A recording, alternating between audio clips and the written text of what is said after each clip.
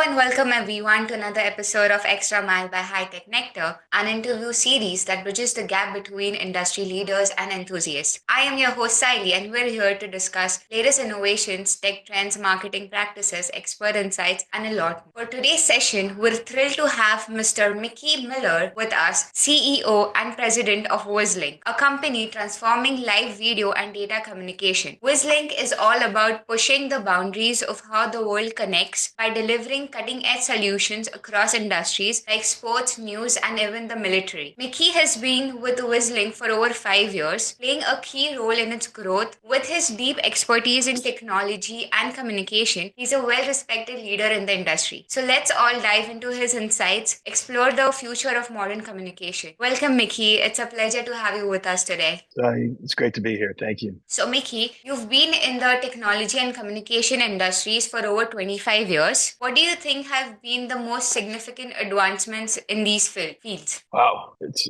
making me feel old, but yeah, it's been quite a journey in data and communications and technology in general. I think it all, IP in the late '90s and early 2000s was really the basis that we've been able to build upon. So whether it's mobility through 4G, 3G, 5G, or AI on top of that with cloud, I think those are all key elements of what have helped the entire world grow and become more productive. So over that 25 years, tech really didn't play a big role in industry, say in the 80s and 90s, but now it's the mainstay key industry for global growth. So it's been real exciting to be a part of and see how it's progressed over the years. But I think we're still in the early stages. I think there's tremendous amount of opportunity for tech to change our lives in much bigger ways, and we're seeing it on a daily basis through what's happening with AI. So, moving forward, entering the data communication sector takes both technical expertise and a vision for the future. So, what inspired you to pursue this field?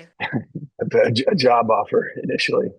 It's at the time tech was early in very early stages, and the opportunity that presented was looked like a tremendous growth opportunity. And many companies, traditional companies, were trying to understand how they can grow in this new emerging tech, but it wasn't clear. I mean, this was pre-Amazon, pre a lot of the companies that we know, they pre-Google, and but clearly IP and data communications was clear that it had the opportunity to transform, much like we see with what AI can do, transform. So when you look at the big pillars of kind of salient points, from IP, and then of course the internet, data networks, and then from data networks to mobile networks to cloud, and now AI on top of that. And the combination of all those creates incredible productivity opportunities for our world and incredible opportunities for the tech sector in general. So, speaking about data and video communication, so they provide real time intelligence and enable secure communication. So, how are these technologies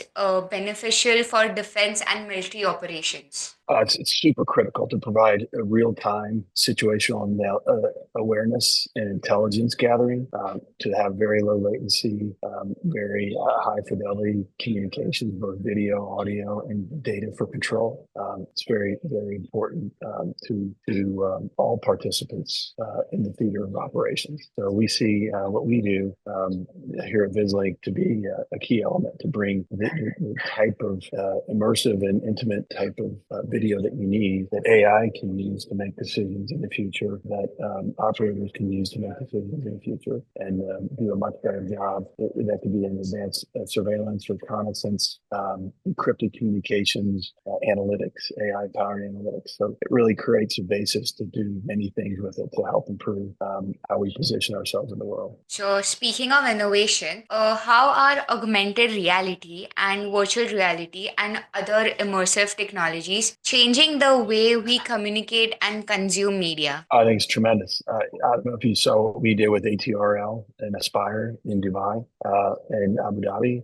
Tremendous opportunity to show how this is a an auto racing event that's been going global throughout the world. We were able to create a high fidelity link for AR and VR, whereby you can see what it's like to be in an engine going 250 miles an hour, and so created incredible capability. And we see AR and VR that transcending into things like we talked about, better surveillance, equipping the warfighter with capabilities they don't have today. And so we see that as a key element as well in the tools that can help grow opportunity in our world. So, shifting our gaze to entrepreneurship, the rise of tech startups has changed modern entrepreneurship, making innovation more accessible. So, what factors have played a major role in this shift, and like where do you see it heading? I think there's a lot of factors. Number one, access to capital.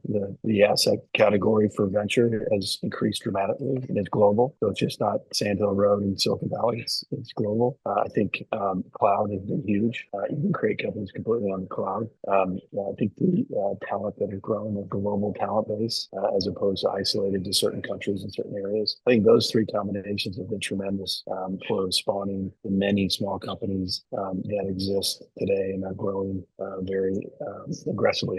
My son is in tech. He leads a fintech startup in South America called Nello. And they're all former Facebook and Uber employees that have done an incredible job generating business very rapidly with scale and a low cost base because of cloud. So, with rapid tech adoption, the commercial sector is more competitive than ever. Why is a customer centric approach so essential in today's market? That's critical. You have to solve a problem, ideally a big problem. If you're not solving a problem and adding value to your customers, you really don't have a solid business model. So that's why we focus heavily on our customers, understanding what their challenges are, what their workflows are, where we can help them in the workforce to either A, be more efficient or B, drive more revenue and sales for themselves. So it's critical that you're close to your customer and understand what their needs are, because without that, if you're not adding value for your customer, you're out of business. So, moving on, building a successful business comes with its own challenges. So, what are some key obstacles entrepreneurs usually face and how can they overcome them? I think the biggest challenge is identifying what that problem is you want to solve,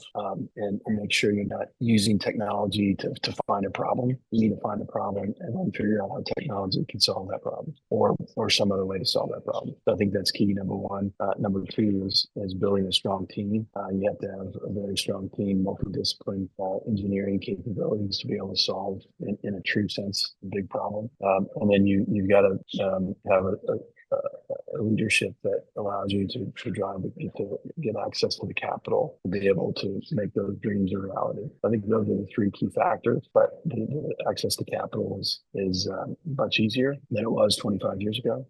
And there's a lot of talented people with some great ideas. So it's really focused on how you can convert those ideas into a scalable business that will return outsized returns for investors. So, lastly, the wireless video communication sector is evolving at a great pace. So, what key trends do you see shaping the industry in the coming years? I think AI-powered video analytics is going to be huge. We're already seeing that today. As you mentioned, augmented reality, virtual reality, I think is going to be a big piece of it as well. The continued growth of 5G and ultimately 6G networks, I think, will be a key role in it. Ultra HD streaming and compression technologies will be a big part of it.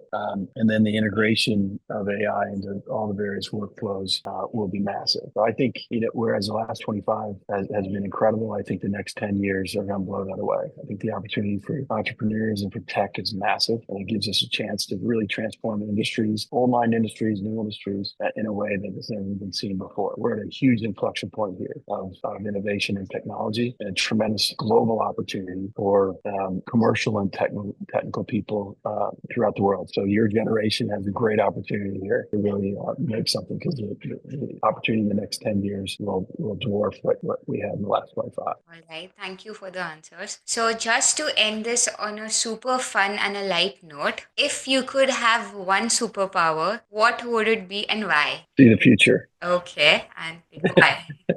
Um, Obviously, it would take a lot of serendipity out of things, which wouldn't be fun, but certainly would make decision making easier. All right. Thank you, Mickey, for being such a sport. Thank you for sharing your expertise with us today. Your insights have been incredibly valuable, and we truly appreciate your time. Thank you so much. Thank you, sir. Take care. Thank you all for being part of this exclusive interview. I am your host, Saili, signing off. See you soon in the next episode of Extra Mile by HiTechNectar with our next extraordinary leader on board sharing their wisdom. Until then, please stay tuned.